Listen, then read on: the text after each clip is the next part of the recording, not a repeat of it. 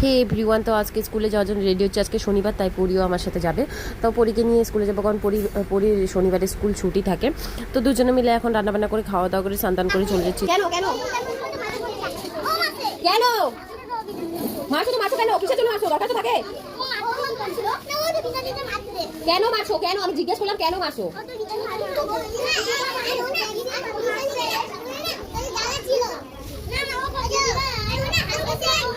সবাই চুপ করো। আচ্ছা সবাই চুপ করো, কথা শুনো নাই। আজকে শনিবার, তাই একটা দিকে ছুটি হয়ে গেছে। তো আমি বাড়িতে চলে আসলাম। বাড়িতে এসে খাওয়া দাওয়া করে পুরো একটু ঘুমিয়েছিল। তো ঘুমানোর পর দেখো আজকে ওর সূর্য উঠেছে, মানে কড়া রোদ, আর এদিকে বৃষ্টিও হচ্ছে। মানে আজকেও শিয়ালে বিয়ে লেগেছে। তো যাই হোক, এই ড্রেসটা দেখো 3 বছর হয়ে গেলো কিনেছিলাম, মানে পরাই হয় না সেরকম। তো এই ড্রেসটা আজকে পরলাম। তো এই মঙ্গলসূত্র চেন কিনতে যাবো, একটু বাইরে একটু দরকার আছে, তাই মঙ্গলসূত্র চেনটা কিনতে যাবো। আর একটু দেখা একটু বিস্কুট খেতে দিলাম।